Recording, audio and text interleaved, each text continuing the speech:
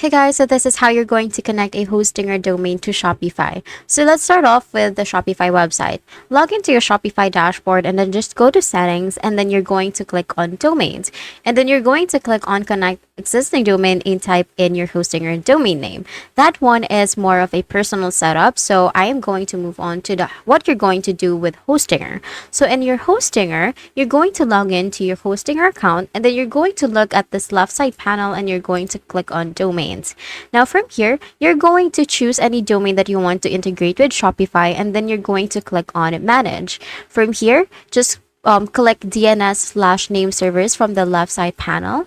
And then from here, you're going to add an A record or you're going to find the A record that you currently have. As you can see, this is the A record. And then we are going to modify this. So we're going to click on edit. And then from here, we are going to change the points to or the Shopify IP address. We're going to change it into 23.227.38.65.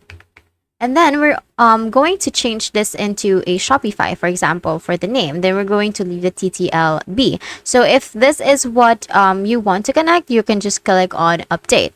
Next is we're going to create a CNAME record for www pointing to shops.myshopify.com. So for this one, you can see this CNAME right here. So we're going to edit that. And then for this one, we're going to change the target to myshopify.com. And then your shop will lead to your Shopify page. Now, all you have to do is you're going to click on update and then you're going to save on changes and wait for the DNS propagation, which can take a few hours or 30 minutes. Finally, go back to Shopify and just click verify connection. And then once verified, Shopify will use your hosting or domain as your store's main URL. And that's it. That is how you're going to connect hosting or domain to Shopify. If you found this video helpful, please don't forget to like the video and subscribe to the channel for more.